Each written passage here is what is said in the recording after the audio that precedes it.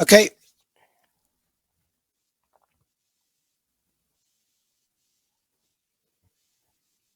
Welcome to WagerTalk TV. I am Kelly Stewart, joined by Dave Koken and Adam Trigger of WagerTalk.com. We've got a Big 12 rivalry brewing. Well, maybe not this year, but maybe next. We'll see how this one plays out. We've got the Baylor Bears heading to Utah to play the BYU Cougars. Adam, this line opened 2.5. Now we're starting to see 3.5s on the WagerTalk odds screen. I laid 2.5 with BYU. We spoke about this on The Hustle. No disrespect to our good friend CT, but I don't know if his Bears are going to be quite as good as they were last year. And the BYU Cougars look like the right side here. What say you in regards to this matchup? All right, Kel, we'll start with my conversation with CT last week. Listen, Baylor played Albany, where I'm from. That team is atrocious, okay? Like, they are going to probably finish last in their FCS conference. So when you see 59-10, I think that's more of a result of Albany being just god-awful than than Baylor just having completely destroyed a team that's even remotely capable. BYU, on the other hand, ran it up on a South Florida team that's got a lot of guys back and is supposed to be better than what that result showed. And I did a little digging when I was, handicapping this game. BYU is the most experienced team in the country. And the more I think about it, in this day and age with the transfer portal and all of the turnover on the rosters, like that might be as valuable as anything there is, right? Like just having that continuity. I've never liked Satake as a head coach, but he's in a great situation because people go to BYU for other reasons and they don't really transfer out. So that experience and that continuity might be paying off.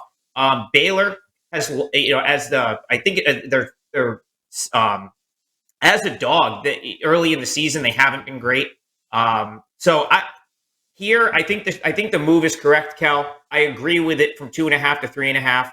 I would lay it with BYU. I was wrong about BYU last week to go against them with South Florida. I think the result is a little bit inflated for Baylor, and I think Baylor probably peaked last season, so they would be a fade for me. I would lay the points with BYU here. I think they probably get the win.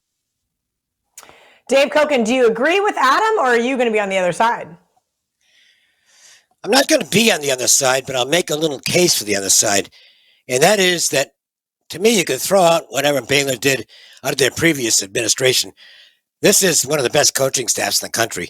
And Baylor was not supposed to be as dominant as they were last year. And they turned out to be a terrific football team. And I think that people expecting them to decline this year might be selling them short. The flip side on BYU, South Florida was a total no-show last week. Just got destroyed. I don't know. Maybe the delay had something to do with it. Who knows? Rain delays just have a tendency to be unhandicappable, if you will, because sometimes teams come out of it great. Sometimes it's just random.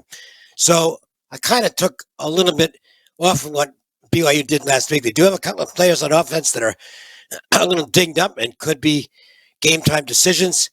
On Satake, I've never thought he was a great game coach, but I think he's gotten better.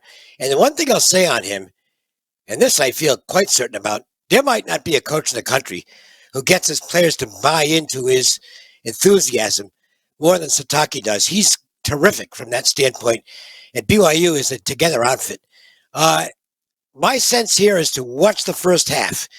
If BYU is trailing early, they might be in trouble with the whole game. If BYU gets out to a lead in this game, I play them in the second half. I think Baylor can wear down in the altitude. So that's my take on this game. I don't really have a full game lean. Possible second half play on BYU. I like that, Dave. That's probably better than me laying 2.5 with a few unknowns. I want to add one more thing that I totally just, when I was tripping over my words there for a second, forgot about. And that's last year, the revenge angle. Baylor pretty much dominated BYU in Waco, but that was also in a weird scheduling spot when BYU came in like so overrated and they had just lost a tough game to Boise State. And they kind of did your thing where I feel like they maybe lost the Boise State game twice last year. They're definitely going to remember that, and it's a nice potential revenge spot for BYU as well. I'm glad you brought that up because that was, I believe Baylor was a 5% play for me in that spot last year. So This sure won't be a 5% play. It won't even be a 1% play. No, Dave, but we do love your 5% plays. Number one all-time in profit over at Wager Talk. That's right, Dave Koken, the best college football handicapper on the planet. I'm going to trademark that. Thank you to Adam. Thank you to Dave. Make sure you guys head over to WagerTalk.com and gobble up all those 5% plays for Saturday.